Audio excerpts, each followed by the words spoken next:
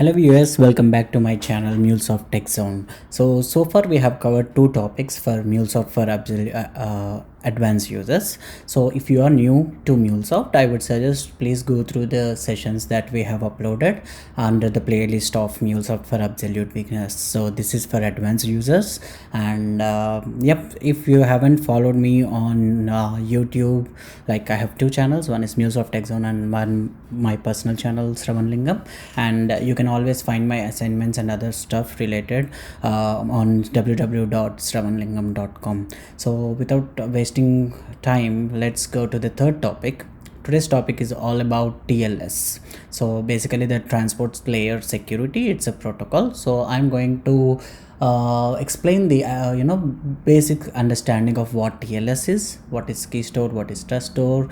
You might have heard some terms like Cipher suits. So I will try to explain in a general way so that you can understand the concept. So this particular topic will be in two sessions. So first I will start with the basics, and I will show you the configurations and all stuff in the next session. So why TLS? Before even understanding what is TLS, why we need TLS? So the only reason is this particular transport layer security, what it does is it encrypts the data sent over the internet, just to make sure that any hackers, they are not able to see what you're transmitting. For example, you are doing some transactions, so you will enter all the credit card information, or you are logging into some websites which contains username and password. Those are all sensitive data, isn't it? And we are working over internet, we are not sure, so we are entering the details of credit cards, for example, which means client, we are clients, we are entering the details, and it will be received at the end of the server, like other side of the server.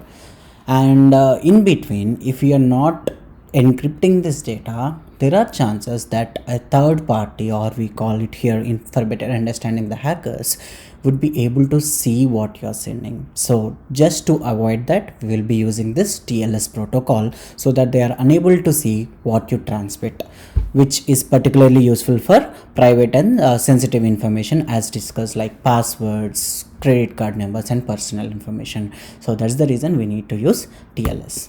Now, what is TLS? So TLS is basically a cryptographic protocol, okay, which provides end-to-end security of data sent between applications over the internet. When I say sent between applications, you can always call like client and server, source and target. Okay, so basically it will provide the security of the data. And this particular TLS is evolved from SSL. You might have heard this term many times, secure socket layers, SSL, which was originally developed to secure the web sessions. But however, SSL 1.0 was never publicly released, whereas SSL 2.0 was quickly replaced by SSL 3.0, on which this particular TLS is based on. So basically this TLS is evolved from SSL. All right. So it should be noted that TLS does not secure data on the end system, like on the servers. The only job is it simply ensures the secure delivery of the data over the internet, avoiding possible alteration of the content. Just like consider, like you are sending a letter from your side, you are dropping it in a post box, and it has to be delivered to some location, and the postman usually takes the letters from the post box and deliver it to the end client. So in between, like postman should not be able to read what is there inside the letter. That's what we are trying to do here, okay, in simple terms. So by enabling this client and server applications to support TLS, it ensures that the data transmitted, whatever data is transmitted between them, is encrypted with secure algorithms and not viewable by third parties. So far we were discussing like what TLS does. It will secure the data between client and server, but how? It is by using the secure algorithms. There are many kind of algorithms, so both client and server has to agree on specific algorithm on how they are going to encrypt and decrypt the data. That way the data is secured. Now, recent versions of all major web browsers like Chrome, Firefox, or major web browsers, right, they currently support this TLS, and it is increasingly common for the web servers to support the TLS by default, right? And Coming to this term cipher suits, you might have heard about this term. So even I was not sure when I was new to this stuff, so I just searched for content, then I found this content. So cipher suits, modern cryptographic security protocols like TLS, they use these cipher suits. Okay, but what is a cipher? So a cipher is basically a cryptographic algorithm, okay, a procedure that is used to encrypt and decrypt the data. That is what cipher means, okay. And modern ciphers operate by encrypting the original message, okay, the plain text via algorithm rules, that is like using encryption keys and all to produce what's known as ciphertext. So this ciphertext is a plain text, but it is encrypted using algorithm, and it will be like random string data. You won't understand by looking at that. Suppose you are sending a credit card number 1 2 3 4 5 6 7 8 9, and you are encrypting that with the cipher suits, okay, with the algorithms, and the text will be converted into some random string, which no third party can understand that particular data. So this ciphertext contains all the information of the original plain text message, but as I said, it appears as a random string of data, and it cannot be read by anyone who doesn't have the key. So basically, who will have the key? The end client or the server, right? So only they will be able to view this data. So ciphers can be distinguished based upon two criteria. Okay, one is the type of the encryption key you are using, and the other one is how the data is being encrypted. So it is distinguished based upon these two criteria, based upon the key and the how the data is being encrypted. And last but not least, a cipher can use symmetric keys or asymmetric keys. So what is meant by symmetric keys? Symmetric keys is nothing but the same key that we use for encryption is used by the server for the decryption. So we are basically both client and server use the same keys for both encryption and decryption. Whereas if you want to go with asymmetric approach, that means we have different keys used for encryption and decryption. That will give more secure way of converting this data from normal plain text into the secure data. All right. And this is another common term you might have heard during the development phase, like what is CA. Okay, CA is nothing but it's a certificate authority. It's basically a trusted organization, a company that issues digital certificates for websites and other entities. Basically, it's a company. CA is a company or organization which issues digital certificates for websites or other entities. And this organization, they validate a website domain. Domain means www, the DNS, and depending on the type of certificate, the ownership of the website, and then it will issue the TLS or SSL certificates that are trusted by web browsers like Chrome, Firefox, etc. So basically what they do is they first validate the website domain, and depending upon the type of certificate or the ownership, they will issue the certificates like TLS or SSL. Thus, these CAs help the internet a safer place by verifying websites and other entities to enable more trust in online communication and transaction. Basically, it's kind of on top of this, someone has to be there to verify, right, whether it is secure or not. So this CA organization, they help in doing that. All right, they validate whether they validate the like the ownership of the website, or whether it is safe or not. Then what is the role of CA? If you might have seen in many websites, there is a lock symbol, padlock symbol just on the left side of your domain, as you can see on the screen, right? So what it will do is every time you visit a website with HTTPS, and this will appear only for HTTPS, okay, because it is secured.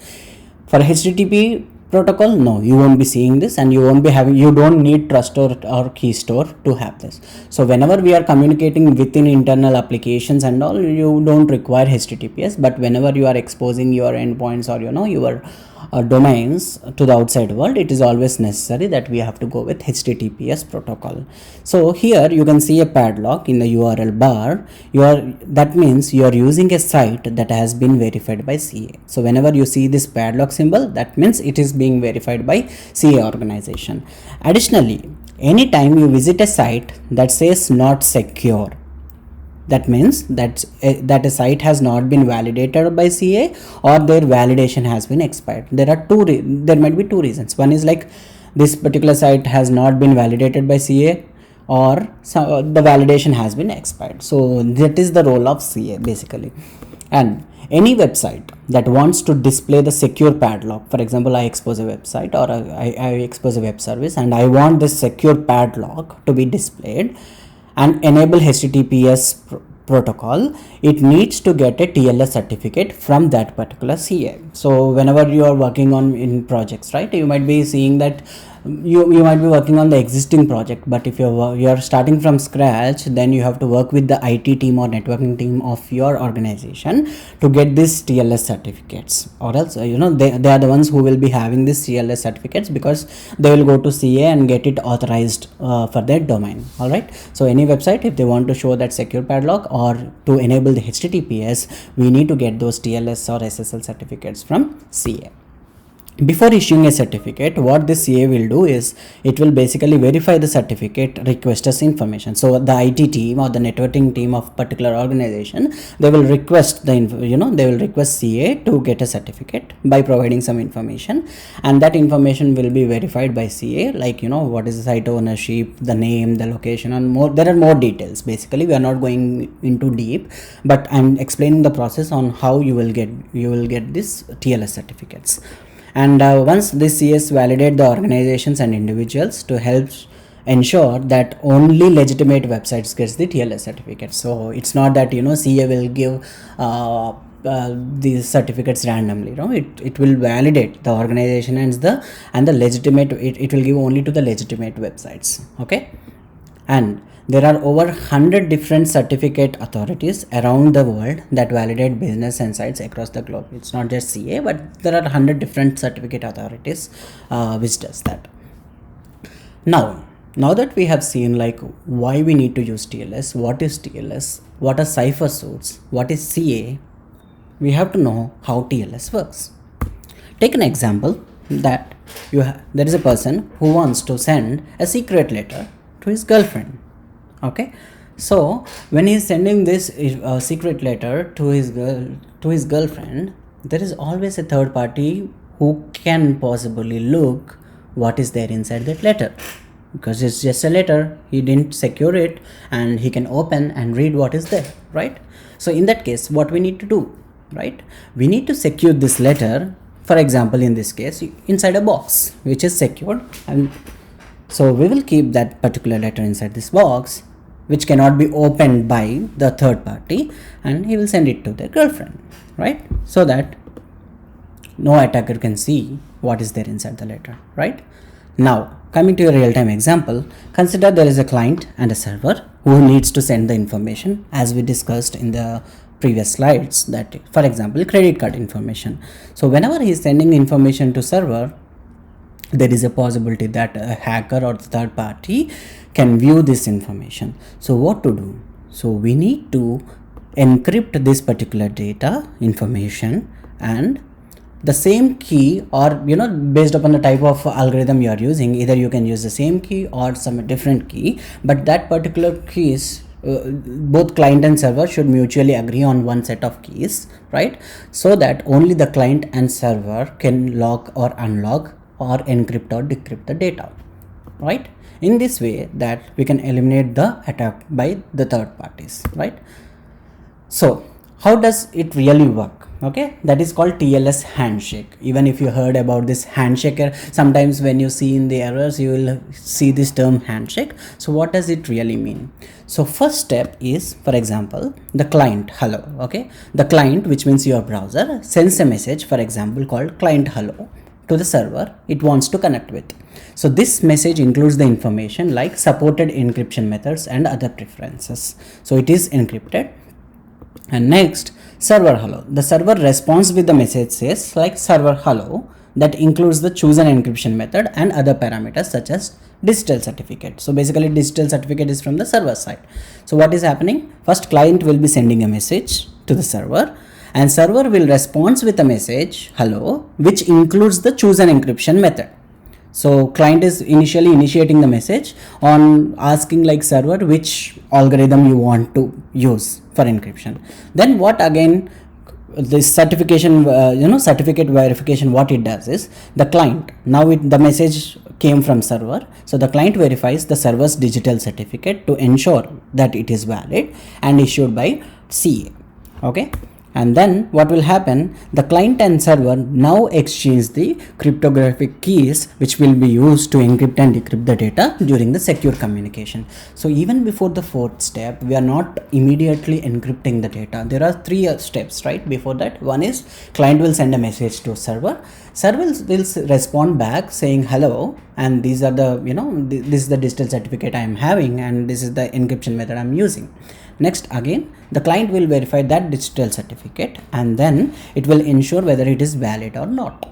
Once it is valid, then the both client and server exchange the cryptographic keys which will be used to encrypt and decrypt the data during the communication. So next, what will happen? The session key generation happens. So using the exchange keys, the client and server independently generate a shared secret key known as session key. So they both generate independently, but a shared secret key, so that it can be shared by both client and server. Then what will happen? The cipher suit selection comes into picture. As I said, like Cipher is nothing but an algorithm. So the client and server agree on a cipher suit. That's where, like, whenever you hear the term cipher suit, this is a step where it happens. So the client and server, they both agree on a cipher suit. Yes, go with the algorithm, which determines the encryption algorithm and other cryptographic parameters that will be used for secure communication. So in this step, the cipher suits comes into action. All right. Next, what happens? The client and server exchange the additional parameters if required, including the encryption algorithm or hashing algorithm or anything. Okay. And next, what will happen is the handshake completion happens. So the TLS handshake is complete. Both the client and server have agreed on the encryption method, have agreed on the exchange keys, and are ready to communicate securely. Okay, and after the TLS handshake, the client and server can start sending the encrypted data using the agreed algorithm and the session key. So in this way, it ensures that the communication is secured and protected from unauthorized access or tampering. So this is the TLS handshake process. Very simple. First, client sends a message to server responds with the digital certificate and encryption methods. And then again client will verify the digital certificate. So once it is verified, then both client and server agree on the encryption algorithm. Then they both generate this session key independently and they share among each other. Then they agree on one particular cipher suit. So when one particular cipher suit means they are agreeing on one particular algorithm, and then the TLS handshake will be completed, and now they are ready to encrypt or decrypt the data. So this is the TLS handshake process. Then what are Keystore and Truststore? You might be quite familiar with these words, Keystore and Truststore, but what it really does, we will see here. So what is meant by store? It's a simple English term, which is like store means storage process, storage space. So basically we want to store something in that particular thing. So Keystore and Truststore are something which will store.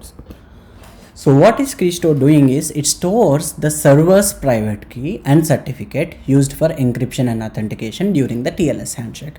If you go back to the the TLS handshake steps, the third step is like the second step. Basically, the second step is the server sends back a response with hello message along with the encryption and the certificate, digital certificates. So we need to store them somewhere, right? So that's where we are storing like Keystore. So it stores the server's private key and certificate, which is used for encryption and algorithm.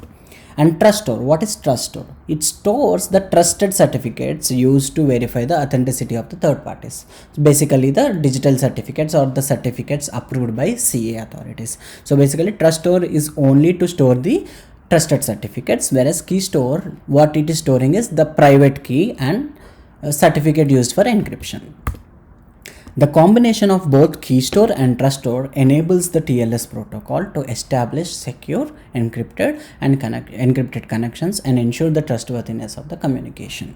All right, so sometimes we use Truststore alone or Keystore alone, but why, like what is the purpose of using Keystore alone or Truststore alone, or the combination of Keystore and Truststore alone is coming to Keystore. Basically, if you want to discuss more about Keystore, imagine a secure box or a vault where you keep your important personal items like ID cards or driving license or passport. Okay, then this box is called as a keystore. So what will happen in computer security? A keystore is a file or a database that acts as secure storage for sensitive information such as private keys or certificates. So I'm just trying to relate it with a general example, like you have all this passports, license and all, you will store it in some box, right? Secure box. So consider keystore that way, okay, which has all the sensitive information like private keys and keystore. So that is the reason keystore is really important. Next, it is like a personal locker where you store your own authentication material. Then what is Truststore?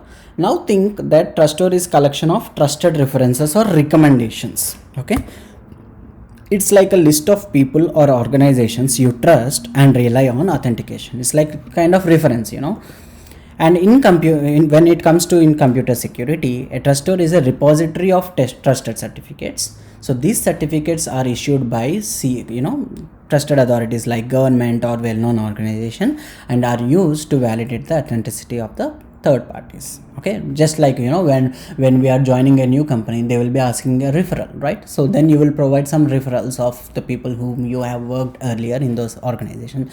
So just try to relate that with the Truststore. Okay, so sometimes that's the reason, right? Whenever you do, even if you don't have Truststore, with alone Keystore you can start having this communication in few scenarios. Truststore is more kind of references or recommendations. It's good to have Truststore but not mandatory. And what are Truststore and Keystore? Now coming back, like we have learned about Truststore and Keystore, but how is it related to TLS handshake? So basically during the TLS handshake, which we have seen earlier, the client and server are exchanging their certificates. So basically the client verifies the server's certificate against the Truststore to ensure it can trust the server or not. All right. Similarly, the server may also verify the client certificate if the client authentication is required. This verification process helps establish a secure and trusted connection between the client and server using the Keystore. So yep, this is all about for this particular session. In next session I will explain you more about TLS and MTLS in MuleSoft, how we are going to use it in MuleSoft. But so far in this particular session we have discussed about what is TLS, why TLS, what is the role of CA here, and what are Cipher suits, and what is the process of TLS handshake. And during this process we know that we are exchanging some session keys, some certificates and all. So where we are going to store these session keys and certificates, so those are stored in Keystore and Truststore. So this is like a process. Okay, and hope you like this session, and if you have any questions you can comment on the comment section, and I will come up with another session on how to use TLS and MTLS in MuleSoft. Thank you.